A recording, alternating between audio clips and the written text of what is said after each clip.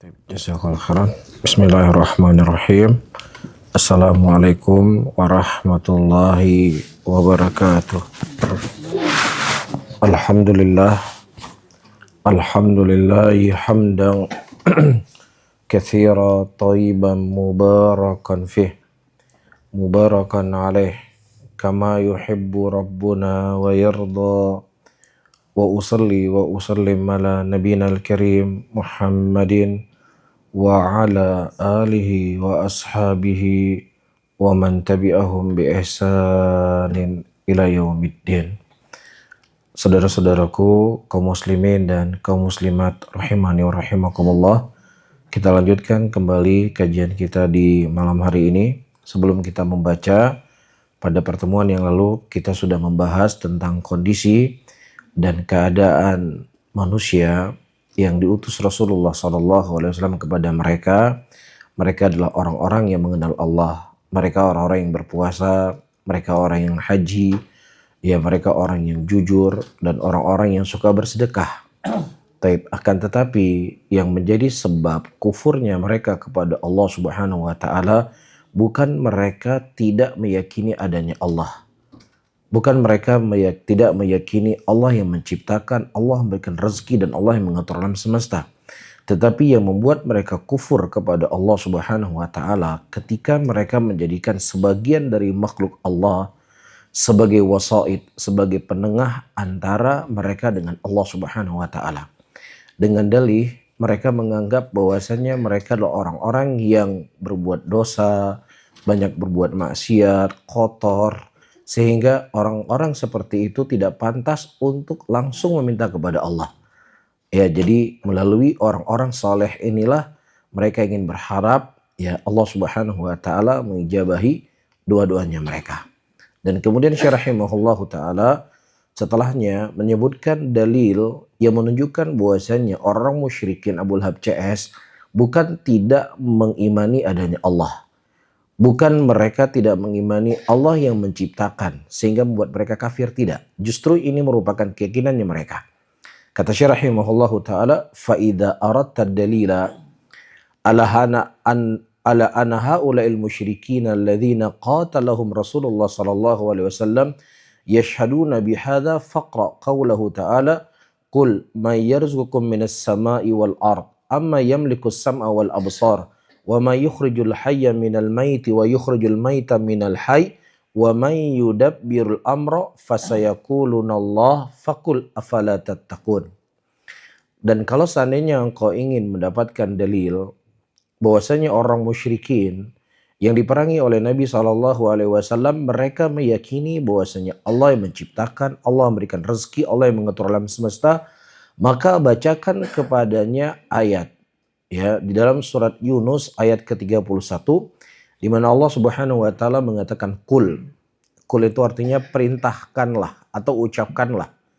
Kepada siapa Rasulullah memerintahkan untuk mengucapkan? Kepada Nabi SAW. Kepada siapa? Untuk siapa? Untuk orang-orang musyrikin. Tanyakan kepada Abu Lahab, tanyakan kepada Abu Jahal dan kepada orang musyrikin pada saat itu.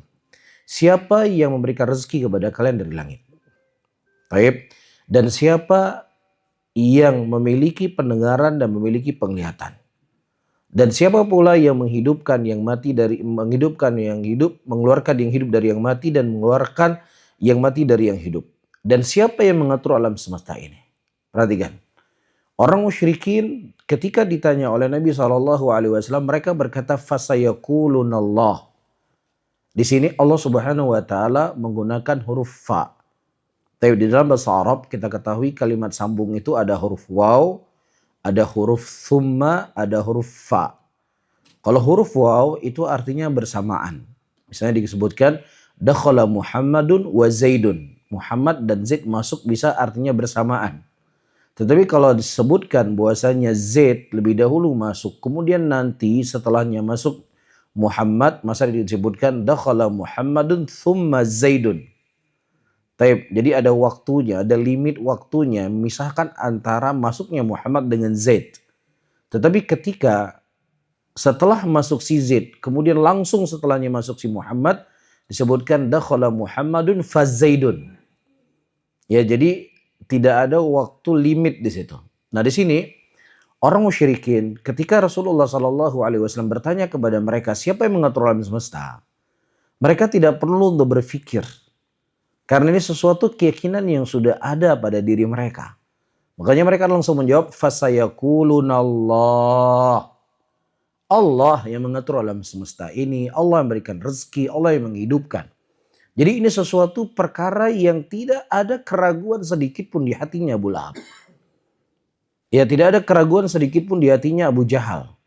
Ini sebuah keyakinan yang sudah tertetap dalam hati mereka bahwasanya Allah yang memberikan rezeki. Allah yang mengatur alam semesta. Nah, kemudian Allah Subhanahu wa taala memerintahkan kepada Rasulnya, "Faqul afala tattaqun." Nah, kalau seandainya kalian meyakini bahwasanya Allah Subhanahu wa taala yang menciptakan kalian, memberikan rezeki kepada kalian, kenapa kalian tidak beriman kepada Allah? Kenapa kalian tidak takut? Kenapa kalian tidak menjadikan sesembahan itu hanya kepada Allah Subhanahu wa taala? Perhatikan teman-teman. Ayat ini ya para ulama mengatakan ya sebagai bentuk hujahnya Allah Subhanahu wa taala kepada musyrikin dari sesuatu yang telah mereka yakini, kemudian dilazimkan kepada mereka sesuatu yang telah mereka yakini itu dengan apa? Dengan beriman kepada Allah. Logikanya begini. Misalnya ada seseorang, katakanlah si A. Nah, si A ini ditanya, tentang si A ini ditanya, ya fulan, kamu tahu tentang si A? Iya, saya tahu. Si A itu alim, dia cerdas, dia faqih, dia pinter. Dan kemudian dikatakan, lah kalau seandainya kamu meyakini dia pinter, dia cerdas, dia faqih, kenapa kamu tidak belajar sama dia? Kenapa kamu belajarnya sama orang lain? Kamu sudah tahu dia faqih, kamu sudah tahu dia pinter, sudah tahu dia cerdas, seharusnya kamu belajarnya sama dia. Kan begitu logikanya. Nah, demikian juga Allah Subhanahu wa taala menghujahi mereka.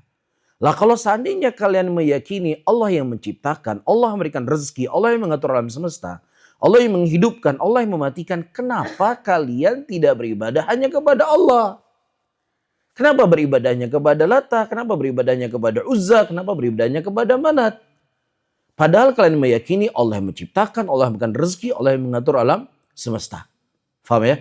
Inilah kaidah disebutkan oleh para ulama, at-tauhid ar-rububiyah mulzimun ala tauhid al-uluhiyah. At-tauhid ar-rububiyah mulzimun ala tauhid al-uluhiyah. Maksudnya apa? Ketika seseorang telah meyakini akan rububiyahnya Allah Subhanahu wa taala, maka kita melazimkan dia, mengharuskan dia, menekan dia untuk dia apa? Mentauhidkan Allah di dalam uluhiyah. Faham ya? Jadi kalau seandainya kalian telah meyakini Allah yang menciptakan, bukan Lata yang menciptakan, kenapa kalian tidak beribadah hanya kepada Allah? Kenapa beribadahnya kepada Lata? Kalau seandainya kalian meyakini Allah yang mengatur alam semesta ini, kenapa tidak hanya kepada Allah kalian berdoa, kalian meminta, kalian memohon? Kenapa mintanya kepada Lata dan Uzza? Dan konteks di dalam Al-Quran, ketika Allah Subhanahu wa taala berbicara tentang rububiyah, itu sebagai bentuk perkenalan dan juga sebagai bentuk penekanan kepada mereka. Ya, jadi Allah Subhanahu wa taala menyebutkan tentang rububiyahnya dalam Al-Qur'an bukan dikarenakan mereka tidak mengimani akan rububiyahnya Allah, tidak.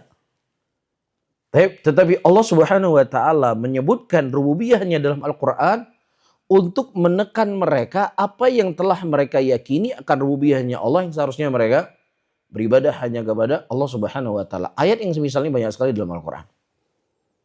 Iya, Allah akan mengatakan kul faqul afala tattaqun. Jadi ibaratnya mereka itu sudah ada imannya setengah, 50% sudah ada. Tinggal 50%-nya lagi dilazimkan kepada mereka dari apa yang telah dia punya ilmu. Begitu dia modelnya. Tapi tetap juga ngeyel. Sudah tahu Allah yang menciptakan, beribadahnya sama Lata, sama Uzza, sama Manat. Paham ya? Jadi tauhid ar-rububiyah mulzimun ala tauhid al-uluhiyah. Wa tauhid al-uluhiyah mutadamminun bi tauhid ar-rububiyah. Maksudnya apa? Ketika seseorang telah meyakini hanya Allah satu-satunya yang disembah, hanya Allah tempat kita meminta, sudah pasti dia meyakini siapa? Allah yang menciptakan, Allah yang mengatur alam semesta, Allah yang menghidupkan, Allah yang mematikan. Itu sudah kepastian. Tapi orang yang meyakini Allah yang menciptakan belum tentu mereka beribadah hanya kepada Allah Subhanahu wa taala. Makanya dituntut kepada mereka untuk beribadah hanya kepada Allah Subhanahu wa taala. Maka dalam ayat yang lain Allah Subhanahu wa taala mengatakan, "Qul limanil ardu wa man fiha in kuntum ta'lamun sayaquluna lillah qul afala tadhakkarun." Ya, dalam ayat yang lain yang konteksnya hampir sama dengan ayat yang di atas. Katakanlah Muhammad kepada mereka, limanil ard, siapa yang memiliki bumi ini? Wa man fiha, dan siapa yang ada di dalamnya? In kuntum ta'lamun. Kalau seandainya kalian benar-benar mengetahui, sayaqulun, mereka akan menjawab siapa? Lillah, itu punya Allah. Itu milik Allah. Ya, jadi nggak ada keraguan sama sekali dari kalangan orang-orang musyrikin. Bosnya langit dan bumi ini milik Allah. Ya, jadi terkadang ada kondisi-kondisi yang mana orang musyrikin zaman dahulu itu lebih baik keyakinan dan akidahnya dibandingkan musyrikin di zaman sekarang. Di musyrikin zaman sekarang kalau kita tanya, laut milik siapa? Milik siapa dijawab? Miliknya Nyai Loro Kidul. Iya, gunung milik siapa? Gunung miliknya Mas Petruk. Iya, jadi ketika gunung meletus beberapa tahun yang lalu, Gunung Merapi di Jawa, di Yogyakarta, ya itu katanya ada siapa? Mbah Marjan, juru kuncinya. Ya, jadi katanya Mas Petruk mengamuk. Sehingga mereka menyembelih beberapa ekor hewan yang kemudian ditanam di Jalan Kaliurang. Supaya Mas Petruk tidak kembali mengamuk. La haula wala quwata illa billah. Ya, sebagian langit miliknya Gatot Koco katanya. Ya, keyakinan seperti ini tidak ada sedikit pun keraguan di kalangan musyrikin. Ketika ditanya siapa yang memiliki bumi dan siapa yang ada di dalamnya, mereka dengan yakin mengatakan lillah. Itu semuanya milik Allah. Lah kalau seandainya kalian meyakini itu semuanya milik Allah, faqul afala tadhakkarun. Kembali dihujahi oleh Allah Subhanahu wa taala, kenapa kalian tidak mau berpikir? Seharusnya ketika kalian telah meyakini Allah yang memiliki alam raya semesta ini, dan apa yang ada di dalamnya, seharusnya Allah lah tempat kalian berdoa, Allah lah tempat kalian meminta, Dialah tempat kalian beristi'anah, Dialah tempat kalian beristighatsah. Kenapa kemudian kalian memintanya kepada Lata dan Uzza? Ya, konteksnya sama. Dan juga dalam konteks yang lain Allah mengatakan, Kul man rabbus samawati sab'a wa rabbul arshil azim sayaquluna lillah faqul afala tattaqun. Kul man biyadihi malakutu kulli syai'in wa yujiru wa la yujaru alaih in kuntum ta'lamun sayaqulun lillah faqul anna tusharun. Itu sama semua konteks ayatnya. Semua konteks ayatnya sama. Allah memperkenalkan dirinya di dalam Al-Quran tentang rububiyahnya yang telah diyakini oleh musyrikin, yang kemudian Allah menuntut mereka seharusnya dengan pengetahuan yang kalian ketahui tentang rububiyahnya Allah, kalian mengimani dan menjadikan Allah satu-satunya zat tempat kalian meminta, tempat kalian memohon, dan tempat kalian ya beristighatsah dan beristi'anah. Sampai di sini bisa difahami? Kita lanjut. Kemudian kata Syekh rahimahullah, فَإِذَا تَحَقَّقْتَ أَنَّهُمْ مُقِرُّونَ بِهَذَا وَأَنَّهُ لَمْ يُدْخِلْهُمْ فِي التَّوْحِيدِ الَّذِي دَعَاهُمْ إِلَيْهِ رَسُولُ اللَّهِ صَلَّى اللَّهُ عَلَيْهِ وَسَلَّمَ وَعَرَفْتَ أَنَّ التَّوْحِيدَ الَّذِي جَحَدُوهُ هُوَ التَّوْحِيدُ الْعِبَادَةِ الَّذِي يُسَمِّيهِ الْمُشْرِكُونَ فِي زَمَانِنَا الْاِعْتِقَادِ كَمَا كَانُوا يَدْعُونَ اللَّهَ سُبْحَانَهُ لَيْلًا وَنَهَارًا ثُمَّ مِنْهُمْ مَنْ يَدْعُ الْمَلَائِكَةَ لِأَجْلِ صَلَاحِهِمْ وَقُرْبِهِمْ minallah liyashfa'u lahu ayad'u rajulan salihah mithla allata aw nabiyyan mithla Isa. Kata Syekh rahimahullah, fa idza tahaqqaqta, apabila ini sesuatu yang telah engkau fahami, yang telah engkau yakini, annahum, hum itu kembali kepada musyrikin. Bahwasanya musyrikin di zaman Nabi SAW muqirrun. Mereka meyakini Allah yang menciptakan, Allah memberikan rezeki, Allah yang mengatur alam semesta. Wa annahu lam yudkhilhum fit tauhid. Yang tauhid mereka akan rububiyahnya Allah Subhanahu wa taala itu tidaklah kemudian memasukkan mereka kepada tauhid. Tauhid apa? Tauhid uluhiyah. Alladzi da'ahum ilaihi Rasulullah sallallahu alaihi wasallam. Ya Rasulullah sallallahu alaihi wasallam mengajak mereka kepada tauhid al-uluhiyah. Jadi Nabi tidak mengajak mereka kepada tauhid rububiyah. Kenapa? Karena itu sesuatu yang sudah mereka yakini. Tetapi yang Nabi sallallahu alaihi wasallam mengajak mereka adalah kepada tauhid al-uluhiyah. Sebelum saya lanjutkan, Ahlussunnah ketika mereka berbicara tentang tauhid ar-rububiyah, tauhid al-uluhiyah, tauhid al-asma wa sifat, ini selalu menjadi momok bagi sebagian orang yang kemudian mereka mengatakan bahwasanya pembagian tauhid ini adalah pembagian yang bid'ah. Yang pembagian tauhid ini sama dengan pembagian tauhidnya Trinitas orang-orang Nasara. Maka kita menjawab, pembagian tauhid menjadi 3. Ini bukanlah pembagian yang hanya dikenal oleh Muhammad bin Abdul Wahab, atau oleh Ibnu Baz, atau oleh Ibnu Utsaimin, atau orang-orang yang sejalan dengan jalannya mereka. Akan tetapi pembagian tauhid ini sudah dikenal dari kalangan ulama terdahulu. Ibnu Mandah rahimahullah yang lahir di tahun 200-an Hijriah. Beliau punya kitab judulnya Kitabut Tauhid. Dalam kitab tersebut beliau menyebutkan at-tauhid yang qasimul qismain. At-tauhid al-ma'rifah wal itsbat, yang kedua at-tauhid at-talab wal qasad. Yang kalau kita telusuri pembagian tauhid di kalangan mereka ulama al-mutaqaddimin, 2 tadi sebenarnya juga kalau kita bahasakan dengan tauhid ar-rububiyah, tauhid al-uluhiyah, dan tauhid al-asma wa sifat. Tetapi mereka menamakan dengan tauhid al-ma'rifah wal itsbat. Tauhid al-ma'rifah itu artinya lah tauhid ar-rububiyah. Maksudnya apa? Dinamakan dengan al-ma'rifah. Ma'rifah itu adalah perkenalan di mana Allah Subhanahu wa taala memperkenalkan di dalam Al-Qur'an tentang dirinya yang itu sudah menjadi hal yang fitrah buat manusia. Mereka tahu alhamdulillahirabbil alamin. Segala puji hanya milik Allah. Allah yang menghidupkan, Allah yang mematikan. Makanya ma'rifah. Taib, adapun al-itsbat, tauhid al-itsbat, ulama mutaqaddimin menyebutkan tauhid al-itsbat, ulama mutaakhirin menyebutkan tauhid al-asma wa sifat. Kenapa disebut dengan al-itsbat? Karena dalil yang menyebutkan tentang sifat-sifat Allah itu hanya diimani, hanya ditetapkan. Tugas kita hanya menetapkan. Bukan untuk mentakwil, bukan untuk mentahrif, bukan untuk menta'til. Tugas kita hanya menetapkan. Karena akalnya manusia di dalam memahami dari sifat-sifat Allah Subhanahu wa taala, itu dia tidak bisa mencakupi seluruh akalnya. Karena ini murni wahyu yang datang dari Allah Subhanahu wa taala. Dikarenakan akal manusia itu terbatas sesuai dengan latar belakangnya. Sesuatu yang kita ingkari 30 tahun yang lalu, hari ini akal kita menerimanya. Sesuatu yang gak masuk akal 40 tahun yang lalu, masuk akal hari ini.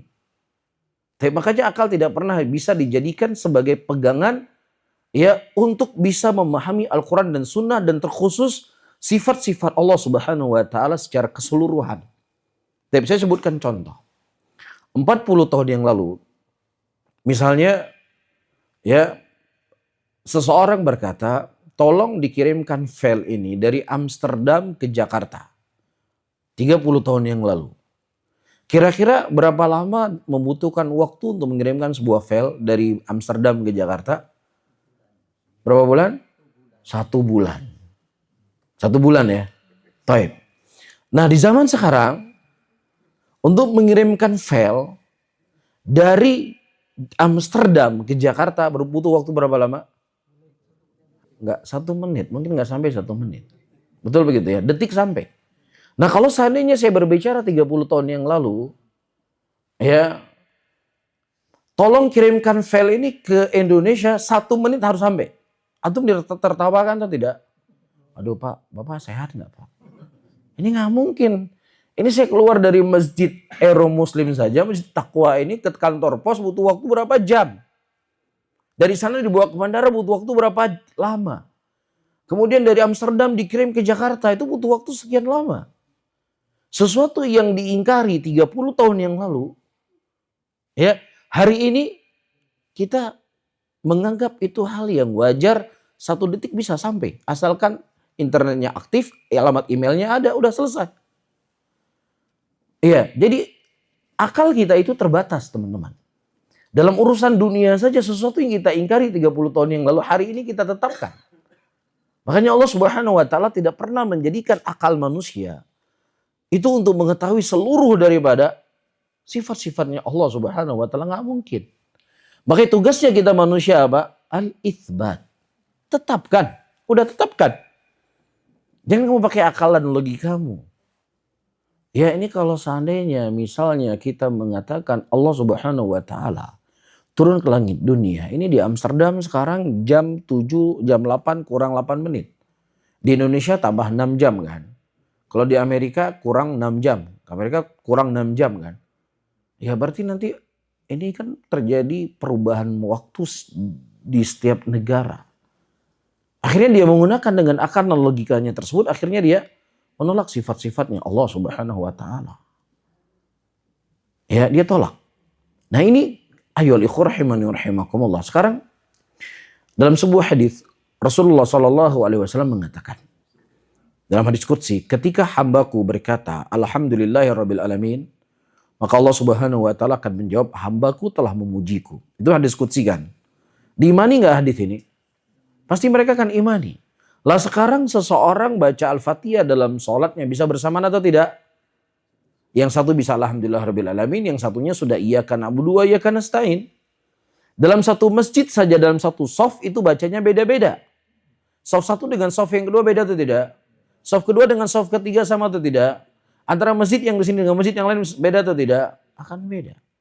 Akan ada setiap detiknya orang yang akan membaca alhamdulillahirabbil alamin dalam sholatnya. Terus Allah nggak sempat mendengar doa orang lain. Ya udah ente nggak usah menggunakan akal dan logika ente. Makanya dalam metode Ahlus Sunnati wal Jamaah mereka mengatakan apa? Al-itsbat, udah tetapkan. Ya, akal kita nggak mampu untuk memahami di sana. Cukup dengan kita mengimani dan menetapkan. Taib. Dan kemudian tauhid yang kedua mereka mengatakan tauhid at-talab wal qasad. Tauhid at-talab wal qasad itulah mewakili dari tauhid al-uluhiyah. Kenapa? Karena dalil-dalil yang datang untuk kita mentauhidkan Allah dalam uluhiyahnya, konteksnya itu bentuknya perintah. Wa'budullaha, sembahlah Allah. Perintah atau tidak? Perintah. Alla ta'budu illa iyyahu. Tidaklah kalian beribadah kecuali hanya kepadanya, perintah. Iya, jadi semua konteksnya itu datang dengan perintah. Wal qasad artinya adalah tujuan Allah menciptakan langit dan menciptakan manusia dan menciptakan jin, tujuannya apa? Untuk beribadah kepadanya. Ini ghayah Allah menciptakan langit dan bumi. Wa ma khalaqtul jinna wal insa illa liya'budun. Tidaklah aku menciptakan jin dan manusia kecuali untuk beribadah kepadamu. Taib. Jadi dari sisi penyebutan ini bukanlah pertama kali dicetuskan oleh Muhammad bin Abdul Wahhab. Tidak. Tapi ini sudah ternukilkan dari ulama terdahulu. Yang kedua. Ya, taksim ini, pembagian ini merupakan taksimul al-athari. Laisal bid'i. Al-athari yaitu sesuatu yang disandarkan dari nas Al-Quran ataukah nas as-sunnah. Nah, secara lafaz Allah Subhanahu wa taala tidak pernah menyebutkan tauhid ada 3 secara lafaz. Demikian juga Rasulullah tidak pernah menyebutkan tauhid ada 3 secara lafaz. Tidak pernah. Akan tetapi Ini kaidahnya kembali kepada istiqra' wa tatabu. Istiqra' adalah hasil bacaan, tatabu adalah hasil penelitian. Ketika para ulama membaca Al-Quran, membaca hadis-hadis Nabi, kemudian mereka menyimpulkan dari hadis-hadis tersebut bahwasanya tauhid itu ada berapa? Ada 3. Sebagaimana rukun solat. Rukun solat ada berapa? Ada yang menyebutkan 13, ada yang menyebutkan 15, ada yang menyebutkan 17. Nah, apakah ada dari Nabi SAW yang menyebutkan dalam satu hadis rukun solat ada 13? Ada atau tidak? Tidak pernah ada. Tetapi hasil penelitian dan hasil bacanya para ulama. Misalnya Allah mengatakan, wa qumu lillahi qanitin. Berdirilah kalian untuk Allah. Dalam keadaan kalian kunut, disebutkan berdiri rukun solat. Kemudian Rasulullah mengatakan dalam hadisnya, la salata liman lam yaqra bi fatihatil kitab. Tidak ada salat bagi orang yang tidak baca Al-Fatihah. Berarti apa? Rukun salat adalah baca Al-Fatihah. Kemudian datang sebuah hadis ketika ada seorang laki-laki yang dia mendatangi Rasulullah dan kemudian dia mengatakan, mengucapkan salam kepada Nabi dan kemudian Nabi mengatakan, farji fasolli fa innaka lam tusolli. Kembalilah engkau, sesungguhnya engkau belum salat. Datang lagi kepada Nabi selesai salat, assalamualaikum farji fasolli fa innaka lam tusolli. Diulang berkali-kali oleh Nabi SAW. Kemudian akhirnya Rasulullah berkata, ketika kamu sujud, maka sempurnalah sujudmu. Jangan kamu berdiri dari sujudmu sampai semua anggota tubuhmu sudah sempurna. Berarti para ulama menyebutkan apa? Tumaninah adalah bagian dari rukun sholat. Taib. Nah demikian juga dalam permasalahan apa? At-tauhid ada 3. Rububiyah, uluhiyah, asma wa sifat. Itu hasil istiqra' dan tatabu'nya para ulama. Kita nggak perlu jauh-jauh baca ayat di tengah Quran. Di awal Al-Quran Allah mengatakan, Alhamdulillahi Rabbil Alamin. Segala puji hanya milik Allah, Tuhan alam semesta ini. Tahu apa ini? Ar-Rububiyah. Ar-Rahmanir Rahim. Allah Maha Pengasih, Allah Maha Penyayang. Tahu apa ini? Al-Asma wa Sifat. Iyyaka na'budu wa iyyaka nasta'in. Tahu apa ini? Al-Uluhiyah. Dalam ayat yang lain Allah mengatakan, Rabbus samawati wal ard wa ma bainahuma fa'budhu wastabir li ibadatihi hal ta'lamu lahu samiyya. Rabbus samawati wal ard wa ma bainahuma. Allah adalah Rabb yang memiliki langit dan bumi dan apa yang ada di dalamnya. Tahu apa ini? Rububiyah. Fa'budhu wastabir li ibadatihi. Sembahlah dia dan bersabarlah engkau ketika menyembah dia. Tahu apa ini? Al-uluhiyah. Hal ta'lamu lahu samiyya. Apakah ada yang sama dan serupa dengan Allah Subhanahu wa taala? Tahu apa ini? Al-asma wa sifat. Ya, jadi ini hasil istiqra' dan tatabunya para ulama sama seperti pada rukun salat. Lah kalau kamu tidak mau menerima hasil penelitiannya para ulama, istiqra' dan tatabu ini, lazimnya engkau juga harus menolak pembagian ulama rukun salat ada 13, rukun haji ada sekian, rukun nikah ada sekian. Karena tidak pernah disebutkan dalam satu nas rukun salat sekian. Bisa difahami? Apalagi menyamakan antara trinitas dengan tauhid, rububiyah, uluhiyah, asma wa sifat. Trinitas, mereka sampai hari ini masih bingung. Trinitas ini 3 menjadi 1 atau 1 jadi 3. Iya, ada Tuhan Bapa, ada Tuhan Ibu, ada Tuhan Anak. Jadi ada 3 zat di situ. Sementara tauhid ar-rububiyah, rububiyah kembali kepada Allah, uluhiyah kembali kepada Allah, asma wa sifat kembali kepada Allah Subhanahu wa taala satu-satunya.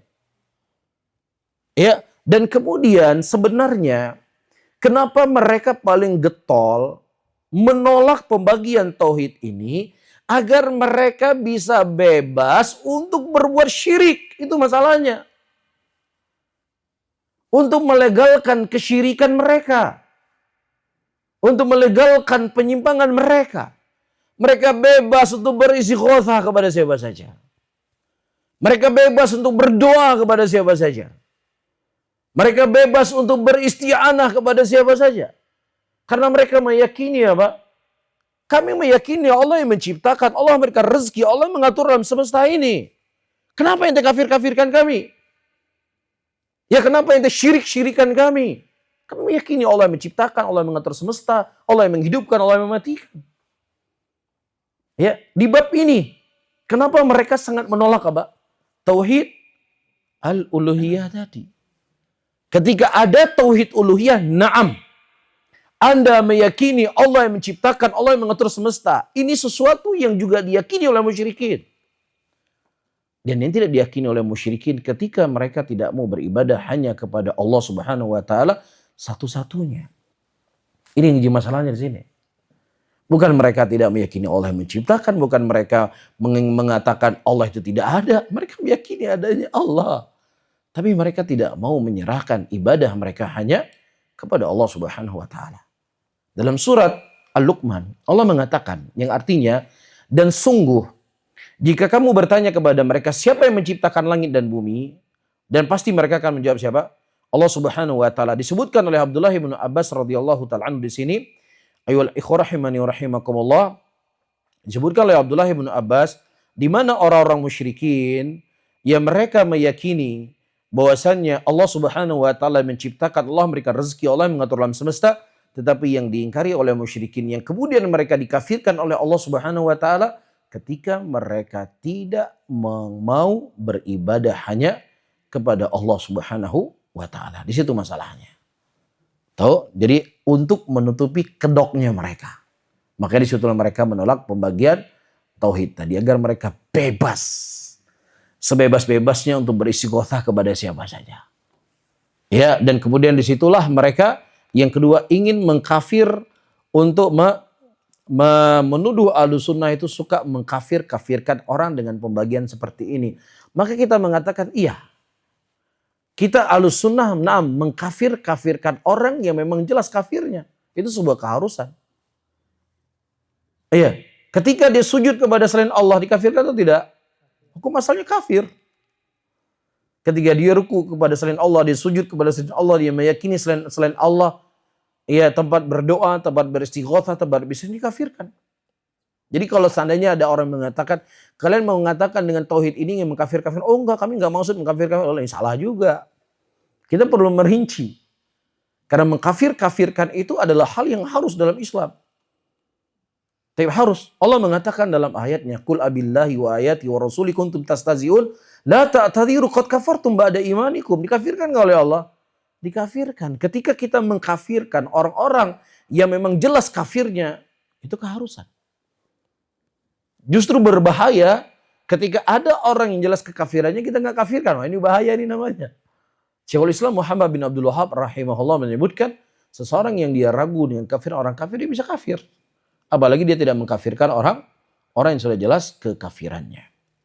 Bisa difahami ya kenapa mereka menolak pembagian tauhid ini untuk menutupi kedoknya mereka dan mereka untuk bisa bebas melakukan apapun kesyirikan dalam uluhiyahnya Allah karena mereka berdalih kami sudah meyakini beriman terhadap rububiyahnya Allah Subhanahu wa taala.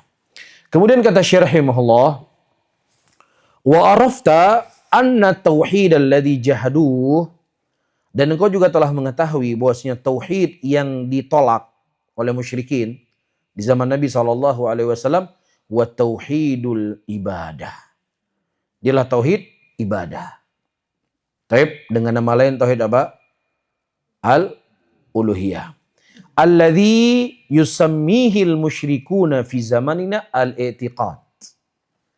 Yang diyakini oleh musyrikin di zaman sekarang terhadap uluhiyah ini adalah al-i'tiqad. Ya, dalam ucapan-ucapannya mereka mengatakan fulan fil aqidah. Ini bahasanya mereka. Fulan fi aqidah.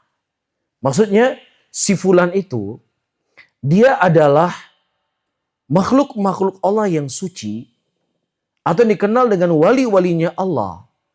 Sehingga melalui mereka lah kita minta dan mohon doa-doa kita agar doa kita itu sampai kepada Allah.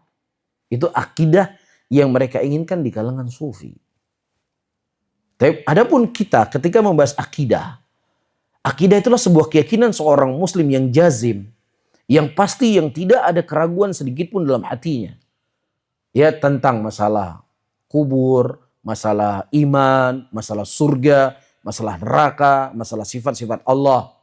Tetapi dalam pandangan mereka, ketika disebut dengan al-i'tiqad, yaitu mereka ingin mengkultuskan seseorang Yang mana seseorang itu punya kelebihan-kelebihan. Seseorang itu punya keistimewaan-keistimewaan. Atau yang mereka kenal dengan apa? Dengan wali. Wali di antara wali-walinya Allah. Dan ini ayyuhal hadirun wal hadirat dimuliakan oleh Allah. Permasalahan wali, Ahlussunnah mereka tidak menolak tentang kedudukannya para wali. Wali itu memiliki kedudukan yang mulia di sisi Allah Subhanahu wa taala. Cuma yang membedakan definisi wali menurut Ahlussunnah wal Jamaah dan definisi wali menurut orang-orang yang mereka mengkultuskan para wali. Ahlussunnah wal Jamaah ketika mereka berbicara tentang wali, mereka mengatakan wali itu adalah makhluk-makhluk atau manusia-manusia yang disifati oleh Allah Subhanahu wa taala dalam Al-Qur'an. Alladzina amanu wa kanu yattaqun. Ala inna awliya Allah la khaufun alaihim wa lahum yahzanun. Alladzina amanu wa kanu yattaqun. Wali-wali Allah adalah orang-orang yang mereka tidak memiliki rasa takut dan juga tidak memiliki rasa sedih. Siapa mereka itu? Alladzina amanu. Mereka orang yang beriman. Dan mereka orang-orang yang bertakwa kepada Allah Subhanahu wa taala. Siapa saja yang beriman kepada Allah, siapa saja yang bertakwa kepada Allah, walaupun profesinya supir, walaupun profesinya seorang pedagang, walaupun profesinya seorang pengusaha, selama dia beriman dan bertakwa kepada Allah Subhanahu wa taala, maka mereka wali di antara wali-walinya Allah Subhanahu wa taala. Bisa difahami? Adapun mereka memahami wali itu memiliki keistimewaan-keistimewaan. Ya, memiliki kelebihan-kelebihan karena dekatnya mereka dengan Allah Subhanahu wa taala. Sehingga mereka punya karomah. Taib. Nah, karomah itu sebenarnya adalah karomah-karomah yang bentuknya dipelajari oleh mereka, yang kemudian mereka punya kelebihan-kelebihan tadi. Adapun Ahlussunnah, mereka meyakini para wali itu memiliki karomah. Tapi karomah itu diberikan oleh Allah Subhanahu wa taala dikarenakan keimanan dan ketakwaannya mereka tidak bisa, kemudian mereka bisa setting kapanpun mereka ingin hasilkan karomah tadi. Dalilnya di antara dalilnya apa adanya karomahnya wali? Kisah Ashabul Kahfi. Ashabul Kahfi berapa lama mereka tidur? 300 tahun lebih mereka tidur. Secara hidup normal, mungkin nggak manusia hidup tidak ada sinar matahari 300 tahun, tidak makan, tidak minum? Mungkin nggak? Tidak mungkin. Jadi makanya para ulama mengatakan karomah itu adalah khariqul adah. Sesuatu di luar dari kebiasaan manusia yang Allah Subhanahu wa taala berikan kelebihan kepada mereka. Jelas ya? Contohnya siapa? Ashabul Kahfi tadi. Dan juga dinukilkan dari Imam Ahmad rahimahullah. Imam Ahmad pernah didatangi oleh seseorang yang orang itu ingin mengadu kepada Imam Ahmad agar Imam Ahmad berdoa kepada Allah akan kesembuhan ibunya. Dan subhanallah setelah dia pulang ke rumah, doanya dikabulkan oleh Allah Subhanahu wa taala, ibunya sembuh dari sakitnya. Iya, cuman yang membedakannya mereka para wali yang sejati, ketika mereka diberikan kelebihan-kelebihan oleh Allah, itu mereka tutup serapat-rapatnya.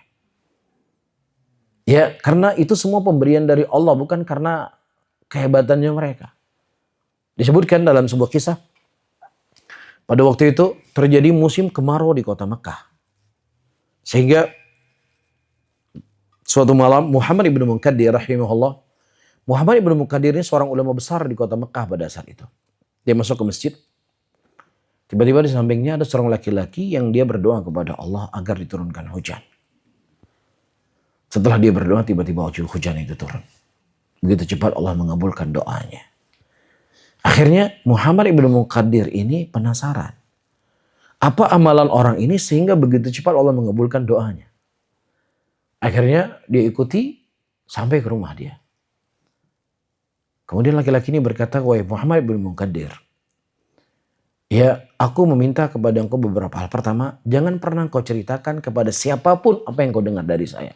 Jangan pernah ada. Tapi nggak ada yang bilang, wahai fulan, share, sampaikan semuanya ya tentang saya. Enggak. Jangan sampaikan. Siapapun, kepada siapapun. Yang kedua, jangan pernah engkau masuk rumah saya lagi. Dari hari ini, jangan. Kenapa? Karena Muhammad bin Munkadir ulama besar ini. Kok bisa ulama sekaliber Muhammad bin Munkadir masuk ke rumah Seorang laki-laki pasti istimewa ini orang ini. Jangan pernah kamu masuk ke rumah saya sama sekali. Setelah itu laki-laki itu menghilang. Dia takut kepada Allah Subhanahu wa taala. Hati manusia tidak bisa terjaga, takut dipuji, Masya Allah doanya demikian, demikian, demikian. Tapi wali Allah palsu itu sengaja dia pasang orang-orang yang memang memuji dia bisa-bisan. Wah, itu wali kami. Ya, 40 tahun wudunya cuma sekali. Gimana ceritanya? Ente punya istri nggak datangi istri 40 tahun itu gimana hukumnya? Gimana hukumnya? Dia punya istri, istrinya 40 tahun nggak didatangi. Hah? Oh, mandi terus. Jadi nggak perlu wudu ya? Sudah sekalian sama mandi junub ya? Ini kan cerita-cerita yang memang ingin mengkultuskan seseorang. Itulah membedakan antara wali Allah yang sejati dengan wali Allah yang dibuat-buat. Ya makanya Syekhul Islam Ibnu Taimiyah rahimahullah punya satu kitab judulnya As-Safadiyah. Kitab As-Safadiyah ditulis oleh Syekhul Islam. Ya, di dalamnya isinya adalah membantah sihir dan perdukunan. Jadi di zaman itu orang-orang yang diulamakan, sebenarnya mereka dukun, tukang sihir, tapi berpakaian dengan pakaian ulama. Ya, menyesatkan umat manusia. Akhirnya di dalam kitab tersebut Syekhul Islam menceritakan sebuah kisah di mana ulama-ulama yang sebenarnya dukun dan tukang sihir ini, yang dia mempelajari sihir dan kemudian mereka menamakan ini adalah karomah para wali yang Allah berikan kepada kami. Jadi akhirnya terjadi perdebatan antara Syekhul Islam dengan salah seorang dari mereka. Akhirnya mereka menantang Syekhul Islam. Tantangannya, wahai Ibnu Taimiyah, kalau seandainya keyakinan kamu benar dan saya yang sesat, kita sama-sama masuk ke dalam api. Kalau seandainya kamu yang terbakar, berarti kamu sesat. Kalau saya yang terbakar, saya yang sesat. Tantangannya ngeri kan? Masuk dalam api. Kira-kira Syekhul Islam ngomongnya apa? Saya siap. Saya dan kamu sama-sama masuk dalam api. Cuma sebelum kita masuk dalam api, kita mandi dulu. Kita mandi dulu. Karena dukun, tukang sihir, itu mereka punya pantangan-pantangan yang harus mereka jaga. Agar mereka punya kesaktian tadi. Pas kita dulu kecil-kecil teman-teman, ingat ya film Samson? Ingat nggak teman kecil-kecil? Ingat Ami ya? Itu Samson, dia tuh kuat, kebal dia. Syaratnya apa? Gak boleh cabut bulu ketiak. Kalau cabut bulu ketiak, hilang kebalnya. Betul nggak? Itu kalau cabut, wah, hilang untuk kebalnya. Jadi mereka ada perjanjian antara mereka dengan syaitan, hal-hal yang harus mereka jaga dan harus yang mereka pantangi.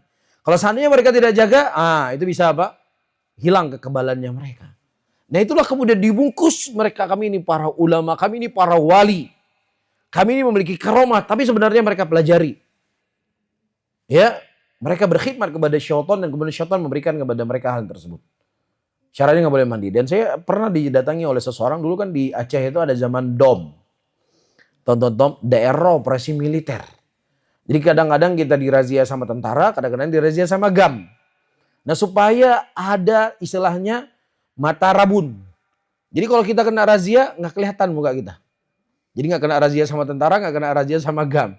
Itu dia cerita sama saya, dia pergi ke Kalimantan, dia belajari lain sebagainya supaya rabun semua mata mereka. Syaratnya tidak boleh makan pisang ayam. Itu aja syaratnya. Tidak boleh makan pisang ayam. Kalau di Aceh namanya pisang ayam. Pisang apa Bang Adi? Pisang emas. Pisang emas. Itu syaratnya seperti itu. Jadi ada syarat yang mereka persyaratkan. Ya, supaya mereka punya kelebihan-kelebihan yang kemudian mereka bungkus, kami ini wali Allah yang punya keramat. Ikan pisang emas ya.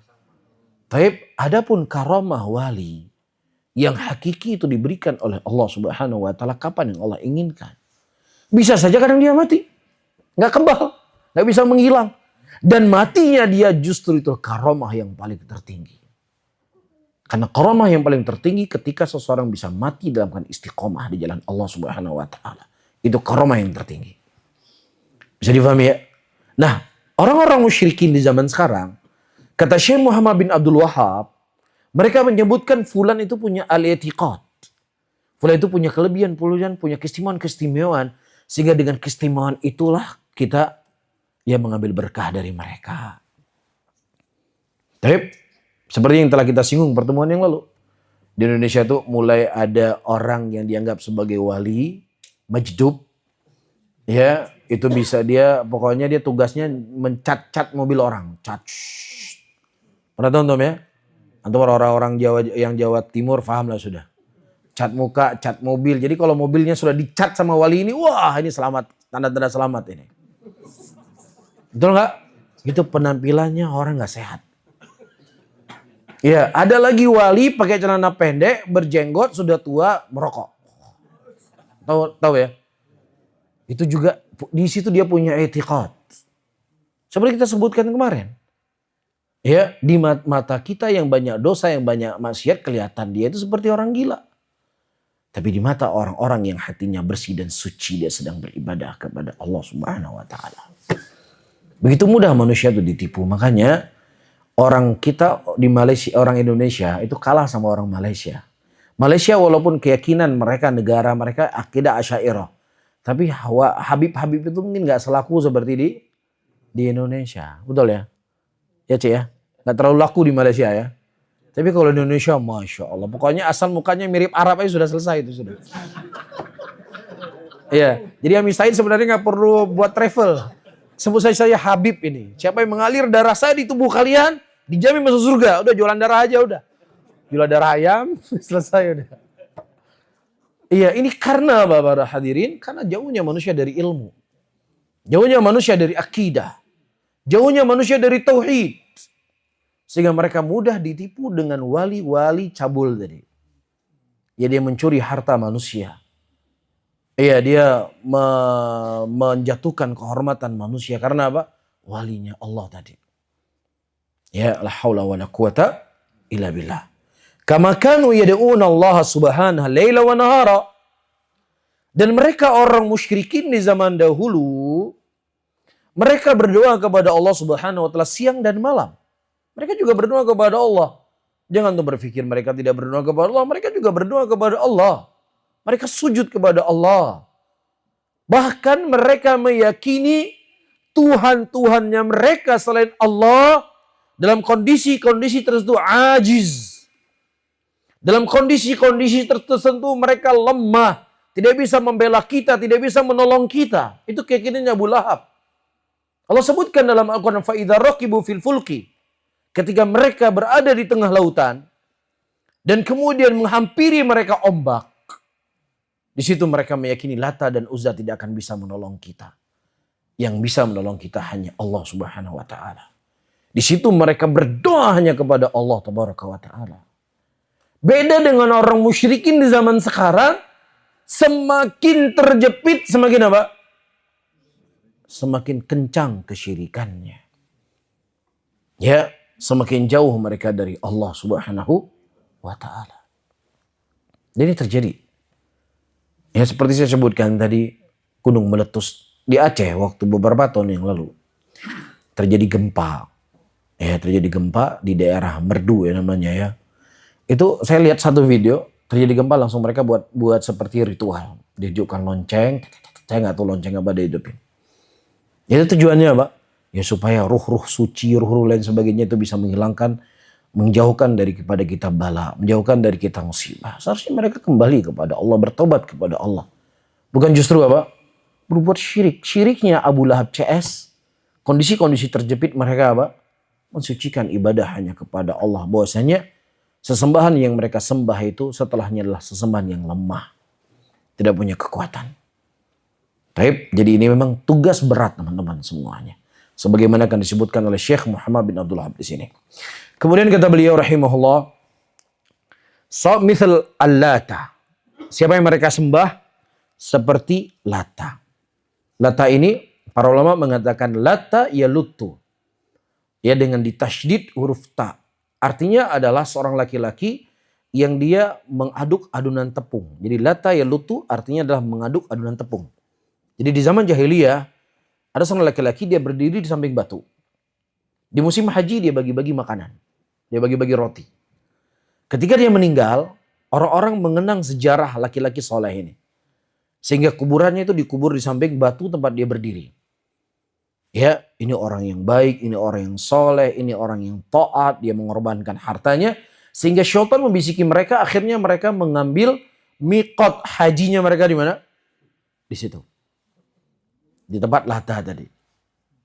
Ya, karena menurut mereka ini dulu berdiri orang soleh di sini. Ya, makhluk-makhluk yang dekat dengan Allah. Dan itu semuanya tidak pernah dikenal dalam konsep Islam. Gak pernah dikenal dalam konsep sahabat Nabi SAW. Ada satu pohon.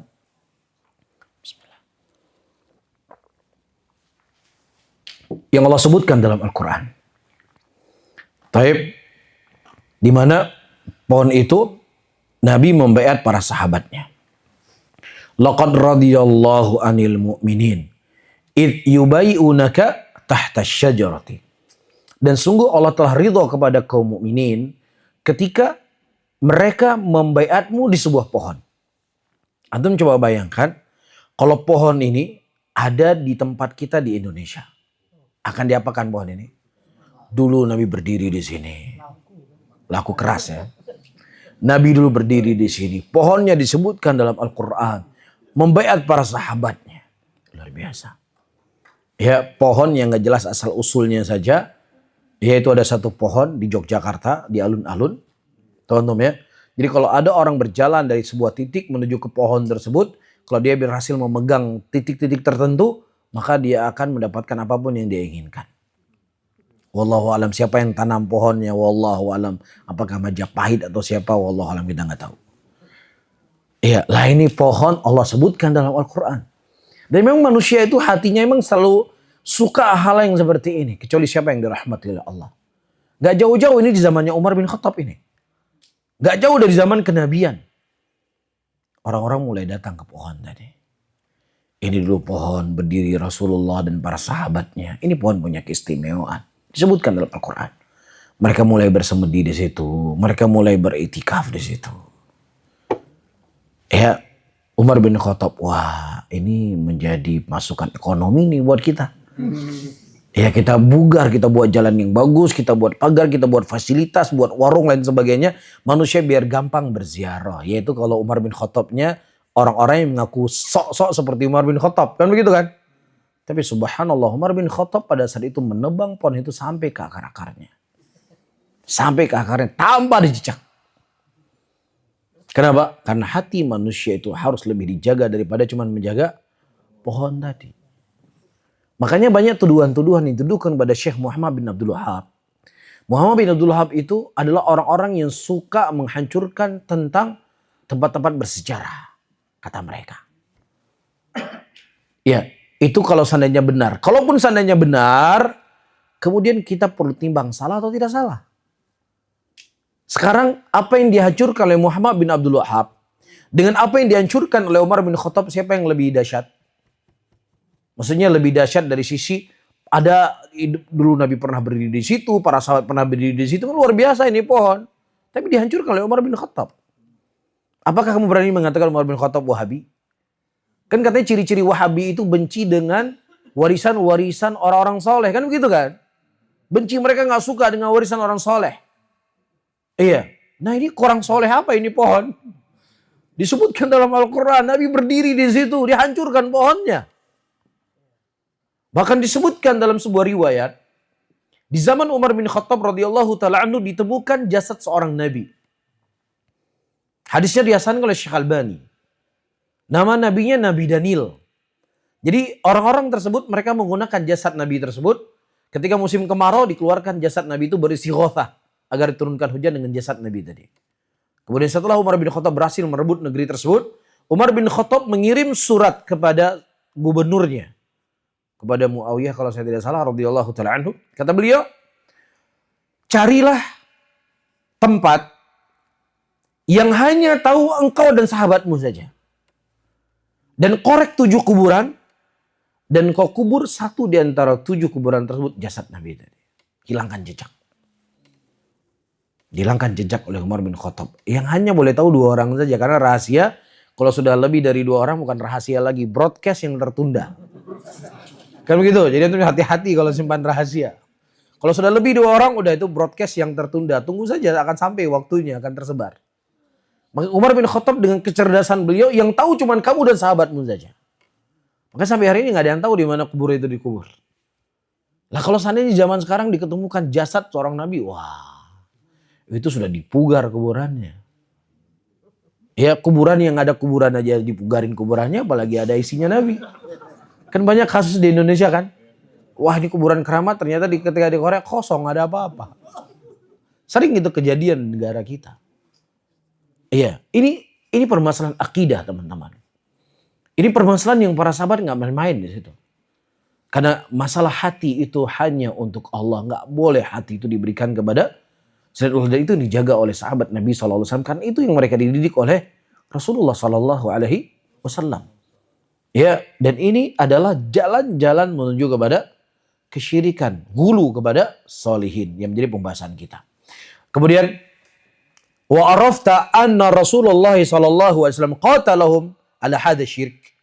Dan engkau juga telah mengetahui bahwasanya Rasulullah sallallahu alaihi wasallam memerangi mereka dikarenakan kesyirikan ini. Bukan karena mereka tidak meyakini adanya Allah.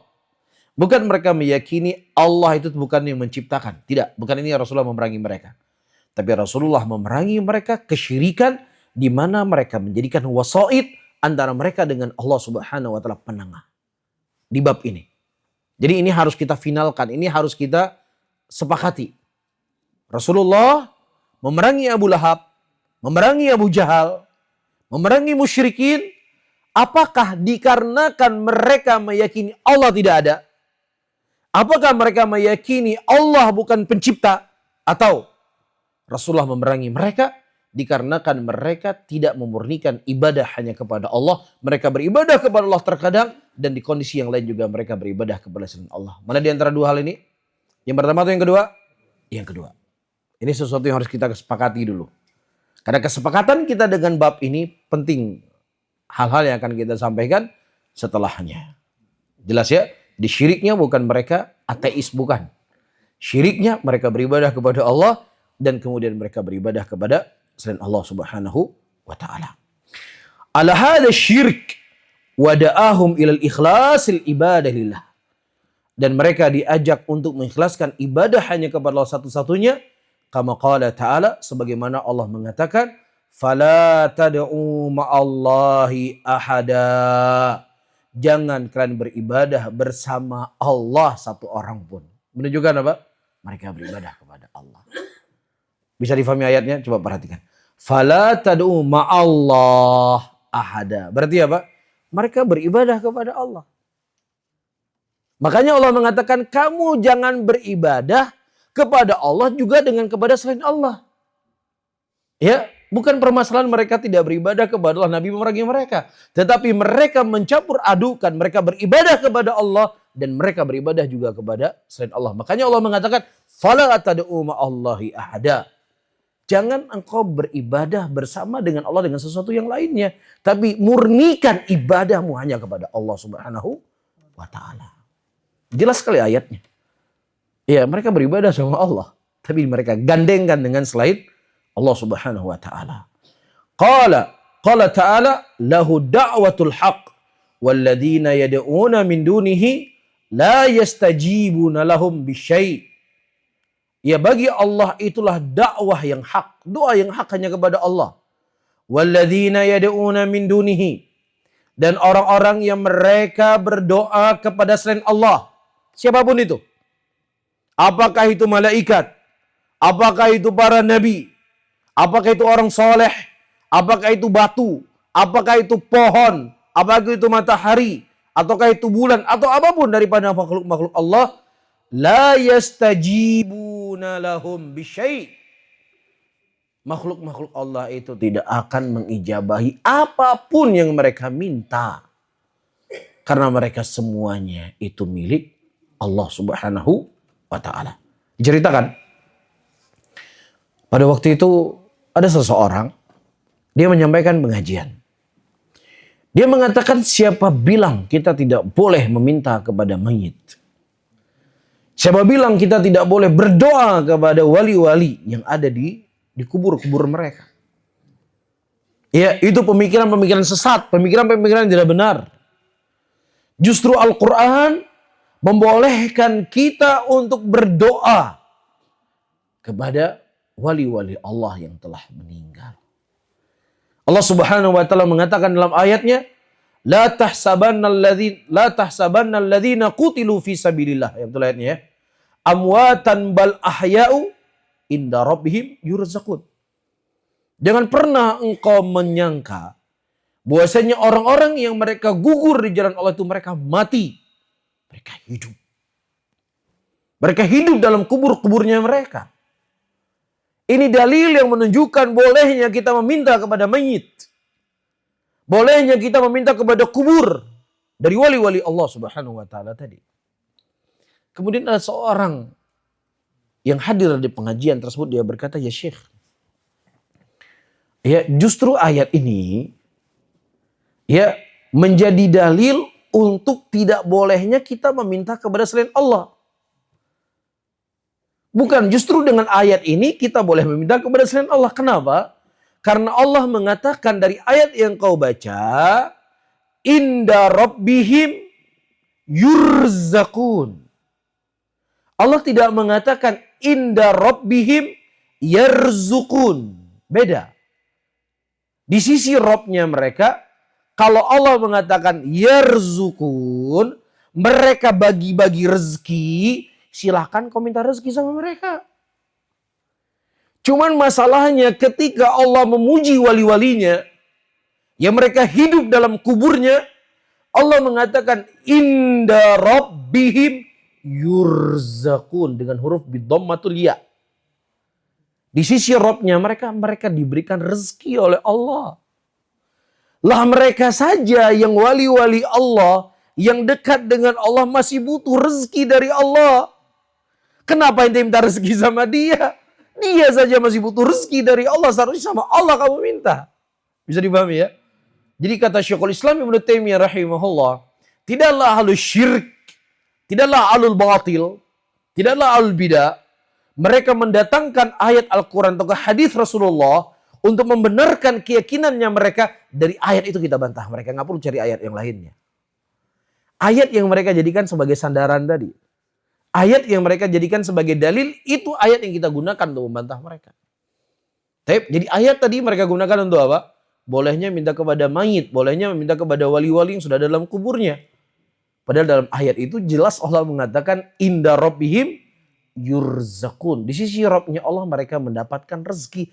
Mereka saja masih butuh rezeki dari Allah. Kenapa kita minta sama dia? Mintalah kepada zat yang mereka rezeki kepada mereka. Siapa itu? Allah Subhanahu wa ta'ala. Ini sebenarnya hal yang sangat simpel untuk bisa difahami para hadirin. Ya, Nabi SAW ketika mendatangi makam syuhada Uhud, dalamnya ada Sayyidu Syuhada Hamzah radhiyallahu ta'ala anhu. Di situ ada Mus'ab bin Umair radhiyallahu ta'ala anhu. Ketika Nabi mendatangi makam syuhada Uhud, beliau membaca doa. Apa doanya? Assalamu alayka ya ahlad diyar minal mu'minina wal muslimin wa inna insyaallah bikum lahikun nas'alullaha lana walakum al-afiyah. Nabi berkata, kami meminta kepada Allah dan juga kepada kami meminta kepada Allah untuk kami dan juga untuk kalian semuanya, yaitu bentuk apa? Penjagaan, pemaafan dan lain sebagainya. Kalau seandainya Sayyidul Anbiya, Sayyidul Syuhada Hamzah masih butuh doa dari orang yang hidup, maka orang-orang yang di bawah selain Hamzah lebih sering harus diberikan doa. Bukan justru kita minta doa sama mereka. Simple kan? Jadi nggak perlu repot-repot untuk memahami hal seperti ini. Doa ziarah kubur. Ya, ada kuburan yang lebih mulia setelah kuburan para nabi dan Rasul Abu Bakar dan Umar, dan setelahnya kuburan Hamzah radhiyallahu ta'ala. Nggak ada. Gak ada kuburan di Indonesia, di Malaysia, atau di mana saja yang melebihi daripada makam syuhada Uhud. Al-Imam Syafi'i rahimahullah menyebutkan sebuah hadis ya dari Imam Malik. Imam Malik meriwayatkan dari Ka'b bin Malik, dari Abdurrahman bin Ka'b bin Malik. Abdurrahman meriwayatkan dari Ka'b bin Malik, Ka'b bin Malik meriwayatkan dari Nabi SAW bahwasannya ruh para syuhada Uhud itu berada di parung burung yang berwarna hijau yang berterbangan di bawah arsy-Nya Allah Subhanahu wa taala. Hadis ini diriwayatkan oleh imam mazhab yang 3. Imam Ahmad meriwayatkan dari Syafi'i, Syafi'i meriwayatkan dari Imam Malik. Tapi Imam Malik meriwayatkan dari Abdurrahman bin Ka'ab, Abdurrahman bin Ka'ab meriwayatkan dari bapaknya. Nabi mengatakan ruhnya para syuhada Uhud berada di parung burung yang berwarna hijau berterbangan di bawah arsy-Nya Allah Subhanahu wa taala. Disebutkan oleh Ibnu Katsir rahimahullah ketika beliau menyebutkan ayat ini dalam tafsirnya.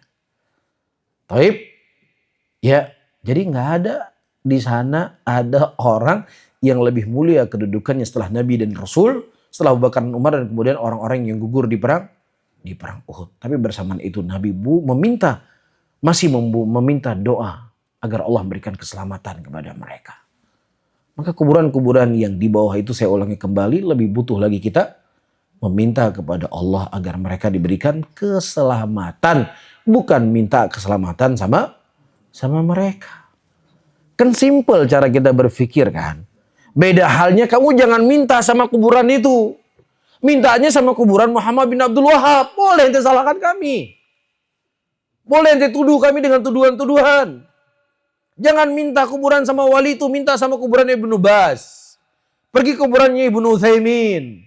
Pergi kuburannya Albani. Pergi kuburannya Syekh Mukbil. Enggak.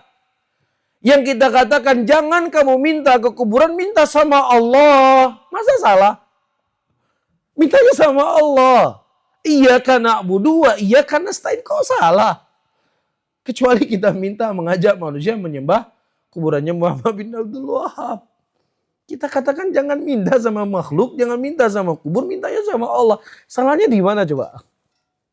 Kan itu yang kita serukan hari ini kan. Ini yang kita ajak manusia hari ini kan. Untuk mereka memohon hanya kepada Allah, meminta hanya kepada Allah Subhanahu wa ta'ala. Saya baca sedikit lagi. Wa tahaqqaqta, mohon maaf ya, tadi saya ketiduran. Tapi wa tahaqqaqta anna Rasulullah sallallahu alaihi wasallam qatalahum liyakuna ad-du'a kulluhu lillah wa an-nadhru kulluhu lillah wa dhabhu kulluhu lillah wal istighatsah kullaha billah wa jami'u anwa'il ibadah kulluha lillah wa arafta anna iqrarahum bitauhidi rububiyyah lam yudkhilhum fil Islam wa anna qasdahumul malaika wal anbiya wal awliya yuriduna syafaatum wa taqarrub ila Allah bidzalika huwal ladzi ahalla dima'ahum wa amwalahum. Kemudian tahaqqaqta anna Rasulullah, dan juga engkau telah mengetahui dengan pasti Rasulullah sallallahu alaihi wasallam memerangi mereka bukan karena mereka tidak meyakini adanya Allah. Bukan mereka tidak meyakini Allah yang menciptakan, bukan. Tapi Nabi memerangi mereka agar doa itu hanya semuanya kepada Allah. Jangan setengah-setengah. Dengan setengah untuk Allah, setengah untuk yang lain. Enggak. Semuanya untuk Allah Subhanahu wa ta'ala. Nadar itu semuanya untuk Allah. Menyembelih itu semuanya untuk Allah. Beristighatsah semuanya untuk Allah. Wajami, dan seluruh daripada jenis-jenis ibadah itu semuanya untuk Allah. Dan kau juga telah mengetahui bahwasannya ikrarnya mereka, imannya mereka kepada tauhid rububiyah, Allah yang menciptakan, Allah memberikan rezeki, tidaklah membuat mereka masuk ke dalam Islam. Bisa difahami? Dan di sini ada catatan penting yang perlu kita ketahui, ayyuhal hadirun wal hadirat. Ada saudara-saudara kita muslimin hari ini, ketika kita tanya, apakah engkau tahu apa itu tauhid rububiyah, tauhid uluhiyah? Saya nggak tahu. Oh, ente kafir berarti. Oh, nggak bisa. Ada orang yang mereka tidak tahu secara istilah tauhid rububiyah, nggak tahu dia. Tauhid uluhiyah nggak tahu, tapi secara praktek dia doanya sama siapa? Hanya sama Allah.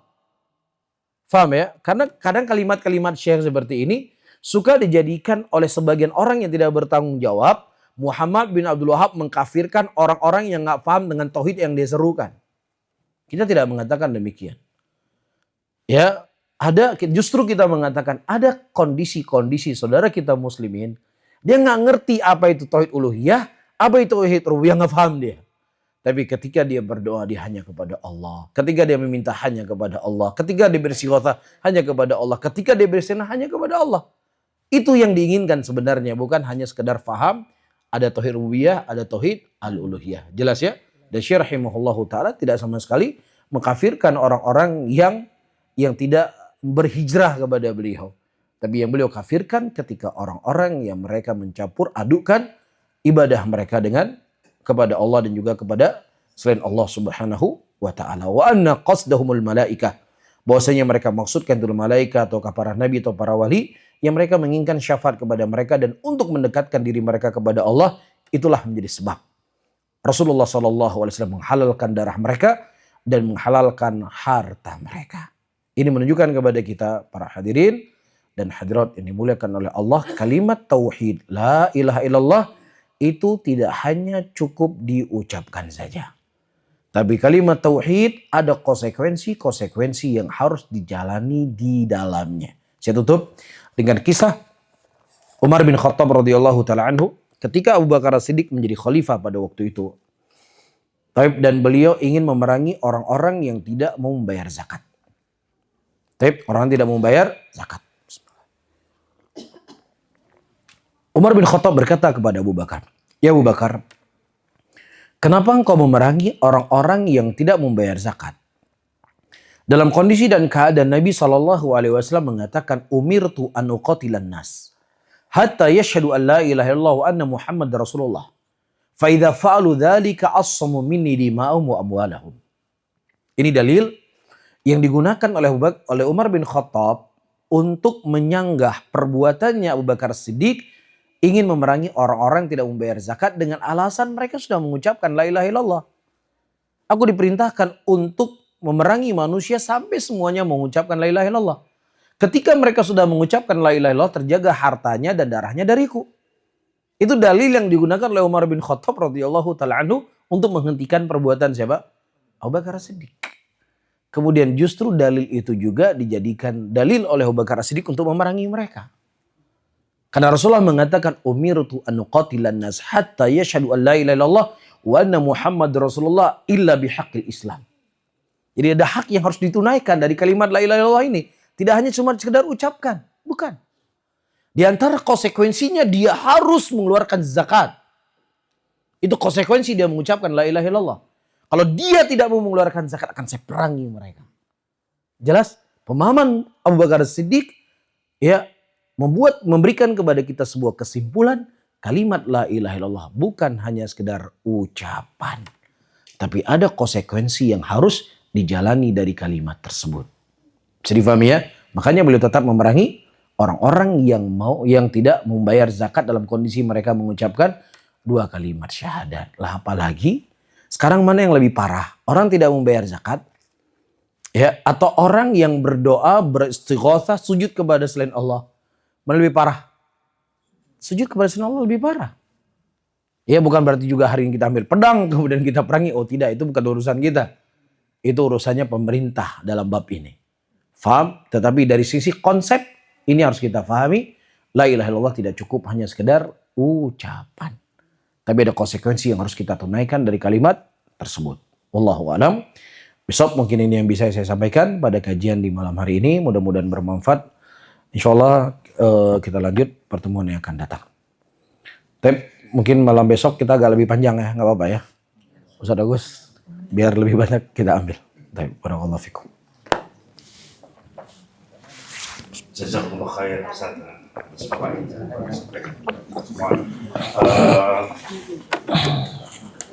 Di antara acara inti kita insya Allah ada acara tabarukan yang setelah oleh Akhi Kasmal yang akan mengumumkan tabarukan pada hari ini. Dan kita bisa langsung kepada acara tanya jawab, soal jawab, dan untuk bapak-bapak kita persilahkan dahulu. Kami batasi pertanyaan 3 pertanyaan. Semua khair.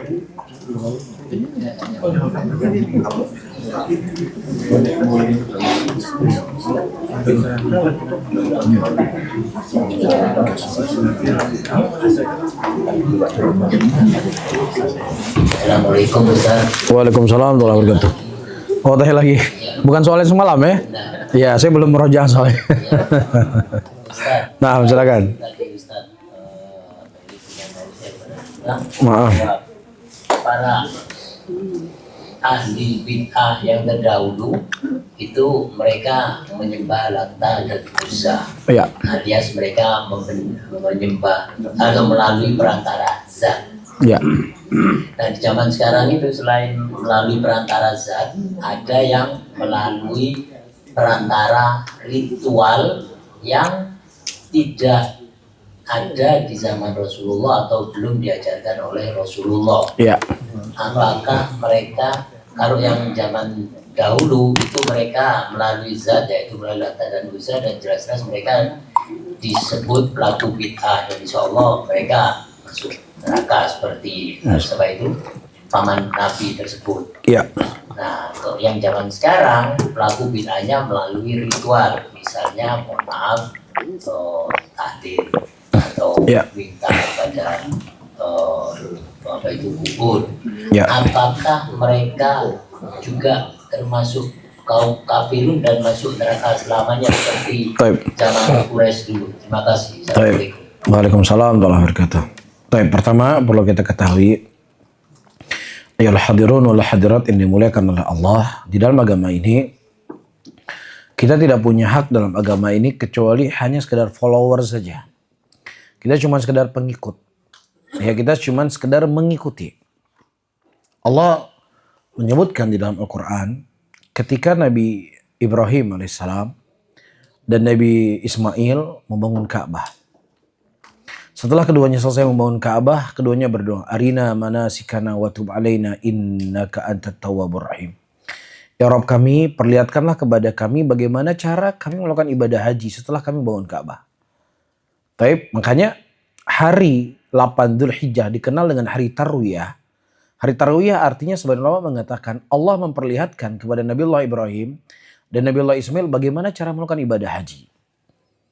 Nah, sekaliber Nabiullah Ibrahim, sekaliber Nabiullah Ismail alaihissalam tidak punya hak dalam agama ini kecuali hanya mengikuti apa yang Allah perintahkan.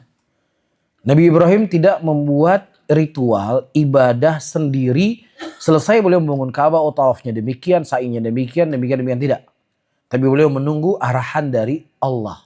Karena agama ini hak prerogatifnya Allah yang tidak punya hak siapapun dalam masalah ini kecuali hanya Allah Tabaraka wa Ta'ala. Yang kedua, Nabi kita Muhammad SAW sebagai yang disebutkan dalam Sahih Muslim dan hadis yang misalnya banyak sekali. Waktu itu ada seorang laki-laki bertanya, ya Rasulullah, apa pakaian yang kami pakai ketika kami berihram? Dan Nabi pada waktu itu tidak langsung menjawab. Ya, tiba-tiba Nabi didatangkan wahyu oleh Allah Subhanahu wa Ta'ala. Sampai-sampai laki-laki tersebut berkata, aku berharap, aku ingin melihat bagaimana Nabi mendapatkan wahyu. Bagaimana cara Nabi mendapatkan wahyu. Kemudian pada waktu itu disebutkan dalam Sahih Muslim, Nabi SAW ditutup oleh Umar bin Khattab dengan kain, diselimuti. Ketika beliau mendapatkan wahyu. Dan kemudian diintip oleh sahabat ini bagaimana kondisi Rasulullah itu berat sekali ketika beliau menerima wahyu. Berat sekali. Ini menunjukkan kepada kita ilmu itu gak bisa didapatkan dengan santai. Seorang nabi saja terima wahyu itu berat beliau ketika terima wahyu. Disebutkan Rasulullah mengeluarkan suara-suara yang berat sekali. Selesai beliau mendapat wahyu, beliau bertanya, siapa yang bertanya tadi tentang pakaian ihram? Kan kalau ditanya sama kita pakaian ihram simpel sekali, ngapain sih nunggu-nunggu wahyu? Langsung aja jawab, kan seperti itu. Nabi bertanya, siapa yang bertanya kepada saya tentang memakai ihram tadi? Maka pakailah ini dan jangan kamu pakai ini. Subhanallah. Nabi. Ya, dalam perkara memakai kain ihram saja tunggu datang wahyu dan berat dalam menerimanya. Ya, ini memberikan kepada kita sebuah kesimpulan. Kita nggak punya hak apapun dalam agama ini. Nabi juga nggak punya hak apapun dalam agama ini. Kecuali hanya sekedar menjalani apa yang Allah perintahkan kepadanya. Kalau Nabi tidak punya hak dalam agama ini kecuali apa yang menjalani apa yang Allah perintahkan, siapa lagi kita? Ini konsep yang harus kita sepakati bersama. Mesti kita sepakati bersama agama itu miliknya Allah. Allah yang mengatur semuanya. Taib. Nah kemudian yang kedua, para hadirin dan hadirat yang dimuliakan oleh Allah. Bedakan, atau bukan bedakan. Yang kedua, para ulama membagi bid'ah itu dibagi menjadi dua. Ada bid'ah yang sifatnya mukaffirah, ada bid'ah yang bentuknya mufassiqah. Bid'ah al-mukaffirah adalah bid'ah yang bisa mengeluarkan seseorang itu dari Islam. Misalnya apa? Bid'ahnya Syiah Rafidah. Yang meyakini Al-Quran yang dimiliki oleh muslimin hari ini belum sempurna. Meyakini bahwasanya Ali akan turun nanti di akhir zaman. Ya, meyakini ada 12 imam yang mengatur alam semesta ini. Meyakini semua sahabat kafir. Inilah bid'ah-bid'ah yang mukaffirah yang mengeluarkan seorang dari Islam. Atau bidah-bidah yang mereka beristighatsah kepada selain Allah dan seterusnya. Adapun bid'ah yang bentuknya mufassiqah, yang tidak mengeluarkan seseorang itu dari Islam. Apa misalnya orang tahlilan. Tahlilan itu mengucapkan la ilaha illallah di kondisi-kondisi tertentu. Nggak ada unsur kesyirikan di situ, nggak ada. Nggak ada unsur kekufuran. Orang mengucapkan la ilaha illallah, ada kekufuran nggak di situ? Nggak ada kekufuran di situ. Akan tetapi mereka berbuat sebuah ritual ibadah yang ibadah itu tidak dicontohkan oleh Nabi SAW dan itu tidak sampai mengeluarkan mereka dari Islam. Jelas ya? Kecuali kalau seandainya ritual yang mereka lakukan, ya mereka beristighatsah kepada mayit, beristighatsah kepada makhluk yang makhluk itu tidak mampu memberikannya, maka ini jelas bentuk-bentuk ya al-istighatsah atau bidah yang bentuknya al-mukafirah. Dan selanjutnya perlu saya garis bawahi sendiri sedikit di sini. Ketika kita membawa hadis Nabi SAW, kulluhum finnar, bidah itu tetap tepatnya di neraka. Maka di sini bukan bentuk memvonis siapa yang berbuat bidah itu pasti masuk neraka. Tapi Ahlus Sunnah mereka punya bab al-wa'id, ancaman. Allah mengancam orang berzina, Allah mengancam orang berbuat makan riba, Allah mengancam orang yang berbuat bidah. Di mana ancamannya? Ke dalam neraka. Dan itu adalah ancaman, bukan bentuk pemastian. Dan ini bukan ta'wil. Tapi ini menjamak di antara adillah. Allah mengatakan dalam ayatnya, innallaha la yaghfiru ayyushraka bihi wa yaghfiru ma duna dzalika liman yasha. Allah tidak mengampuni dosa kesyirikan dan mengampuni dosa selain kesyirikan. Sehingga dengan ayat inilah kita katakan semua dalil-dalil yang Allah sebutkan, orang yang berzina akan dibakar dalam neraka, orang yang mabuk akan dibakar dalam neraka, orang yang berbuat bidah dalam neraka, itu ancaman, bukan pemastian dia pasti masuk neraka. Namun yang harus digarisbawahi, ancaman dari Allah sesuatu yang harus kita berhati-hati. Ya, wallahu alam bishawab. Barakallahu fikum. Ada yang lain? Silakan kalau ada bapak-bapak. Akhwat. Tapi Ustaz, Nam. dalam setiap ceramah para ustadz di akhir kalimatnya itu selalu dikatakan kullu bid'ah finnar. Iya. Nah sebelumnya saya nggak tahu, tapi Iya. Iya. itu Iya. gimana Ustaz? Justifikasi pasti maksudnya. Tidak, ini adalah ancaman. Ya, jadi kenapa katanya Ahlussunnah memahami nas secara zahir. Gak boleh Allah mengatakan neraka, ente kok bilang ancaman. Ini bukanlah kita memalingkan dari mana zahirnya, akan tapi justru kita memalingkan, mengumpulkan bainal adillah, mengumpulkan di antara dalil-dalil. Maka di sana ada yang membedakan antara kelompok Ahlussunnati wal Jamaah dengan Al-Khawarij. Al-Khawarij mereka memahami semua ayat-ayat di dalam Al-Quran yang Allah menyebutkan penzina hukumannya seperti ini, pemakan riba hukumnya seperti ini. Sehingga dengan itu mereka mengkafirkan orang-orang yang berbuat dosa besar. Karena apa? Karena mereka memandang itu bukan ayat wa'id, bukan ayat ancaman, tapi ayat pemastian, justifikasi. Adapun Ahlus Sunnah, ya mereka memahami ayat-ayat itu adalah ancaman. Di antara dalilnya adalah ayat yang saya sebutkan tadi, innallaha la yaghfiru ayyushraka bihi wa yaghfiru ma duna dzalika liman yasha. Allah tidak mengampuni dosa kesyirikan dan mengampuni dosa selain dari kesyirikan siapa yang Allah kehendaki. Dan juga hadithul bitaqah, ada seorang laki-laki yang dia memiliki 99 catatan amalan kejelekan. Setiap satu amalan kejelekan sejauh mata memandang. Sementara dia punya 99 catatan amalan kejelekan. Dan tentunya ada jalan kejelekannya tuh, mungkin dia ada berzina, mungkin dia bisa membunuh, mungkin dia bisa minum khamar dan lain sebagainya. Tapi ketika ditimbang, ternyata tulisan la ilaha illallah itu lebih berat di sisi Allah, kemudian Allah mengampuni dosanya dan memasukkan dia ke dalam surga.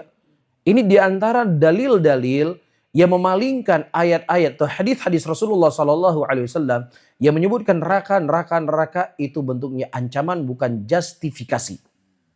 Iya, dan ini bukan akal-akalan, tapi jamak bainal adillah. Dan itu dibahas oleh para ulama dalam kitab akidahnya mereka. Nah, wallahu a'lam bishawab. Nah, silakan Bang Munir. Waalaikumsalam warahmatullahi wabarakatuh. ada tempat-tempat ritual tertentu yang memang sudah membuat manusia jatuh syirik. Ya.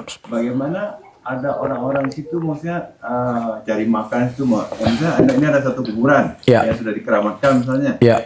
atau apa gitu. Ya. Ada orang di situ bikin warung, cari kue, jadi ikut juga memfasilitakan pengunjung itu. Gimana hukum mereka itu? Masya Allah. Baik. Ya. Baik, jadi para hadirin dan hadirat, Allah Subhanahu wa taala menyebutkan banyak ayat dalam Al-Qur'an. Idza ra'aital ladzina yakhuduna fi ayatina fa'arid anhum. Apabila engkau melihat orang-orang mereka mengolok-olok ayat Allah, maka hendaknya engkau berpaling dari mereka. Tidak ada bentuk pengolok-olokan pada ayat-ayat Allah melebihi dari orang-orang yang mereka berbuat kesyirikan kepada Allah Subhanahu wa taala. Maka konsep dalam Islam ketika kita tidak bisa untuk mengingkari dan menghilangkan kemungkaran yang mereka lakukan, maka minimalnya Pak, kita berpaling dari mereka. Ya, kita tidak ikut terlibat apapun yang akan membuat orang itu nyaman ketika ke situ. Ya, itu hal yang tidak dibolehkan. Allah mengatakan dalam ayatnya, ta'awanu 'alal birri wa taqwa wa la ta'awanu 'alal itsmi wal 'udwan. Saling tolong-menolonglah engkau dalam kebaikan dan jangan saling tolong-menolong dalam dosa dan permusuhan. Jadi ketika memang di situ apakah acaranya bentuknya maksiat, apakah acaranya itu bentuk kesyirikan dan bentuk kekufuran, maka kita jangan terlibat apapun di situ. Kita khawatir, ayo rahimani rahimakumullah, hati kita lemah, ya, dan kemudian ketika kita melihat hal-hal yang itu bentuknya adalah kemungkaran, mungkin di awalnya kita itu benci dan lain sebagainya, tapi lama-kelamaan karena kita sudah sering di situ, akhirnya itu sudah menjadi hal yang biasa buat kita. Atau itu kita anggap sebagai hal yang lumrah. Atau bisa-bisa kita anggap itu sebagai sebuah kebenaran. Ini sangat berbahaya. Ada satu kisah disebutkan oleh Ibnu Jauziyah rahimahullah. Ada seorang laki-laki, dia keluar dari rumahnya. Dia bawa seekor sapi. Tiba-tiba di tengah jalan ada orang yang berkata, "Ya fulan, berapa kamu jual kambing kamu?" Dia marah. Kamu buta, ini sapi yang saya bawa bukan kambing. Dan saya juga nggak ada niat menjual sapi saya. Dia jalan lagi. "Ya fulan, berapa kamu jual kambingnya kamu?" Dia masih marah, tapi intonasinya sudah mulai berkurang. Kemudian jalan lagi, "Ya fulan, berapa kamu jual kambing kamu?" Ini kambing atau sapi sebenarnya? Dia sudah mulai ragu. Padahal dia yakin sekali tadi bahwa yang dibawa adalah sapi. Tapi karena terlalu banyak orang-orang yang mengatakan ini kambing, membuat dia ragu. Akhirnya subhanallah disebutkan, mungkin beliau menunjukkan ibarat ya, ungkapan ya. Walaupun mungkin bukan cerita sebenarnya, tapi ungkapan di mana hati manusia itu lemah. Akhirnya dia berkata, akhirnya ada orang yang mengatakan, "Saya beli kambing kamu, sudah saya jual kambing saya." Tadi dia yakin ini sapi, kemudian dia ikrarkan yang dia yakini kebalikan dari ilmunya, dia jual sapinya dengan harga kambing. Ya, jadi hati manusia itu lemah. Ya, dan bentuk agar kita bisa menjaga hati kita, menjauhi dari hal-hal yang itu akan meruntuhkan keimanan kita. Atau tempat-tempat disebut dengan tempat syubhat. Makanya Rasulullah ketika ditanya oleh para sahabatnya, "Rasulullah, apakah kami boleh menyembelih di Buhainah?" Nabi cuma bertanya, di situ ada perayaan orang musyrikin, ada atau tidak? Apakah musyrikin menyembelih di situ? Kalau mereka menyembelih di situ, ada perayaan mereka, jangan kamu menyembelih di situ. Ya, untuk menjaga hati tadi. Nah, wallahu a'lam bishawab. Barakallahu fikum. Nah. Ada hubungannya dengan Bang Boni. Nah. Jadi kalau di tempat itu ada keramat atau hari apa gitu, Ya. nah, simpulannya jualan itu laku, tapi dia memang menyalahkan perbuatan mereka itu. Ya. Cuma dia juga pernah mau bicara, "Oh nggak jual ini saya nggak laku hari-hari ini." Ya. Nah, sifat pendapat dia begitu gimana tuh ya? Maksudnya? Baik.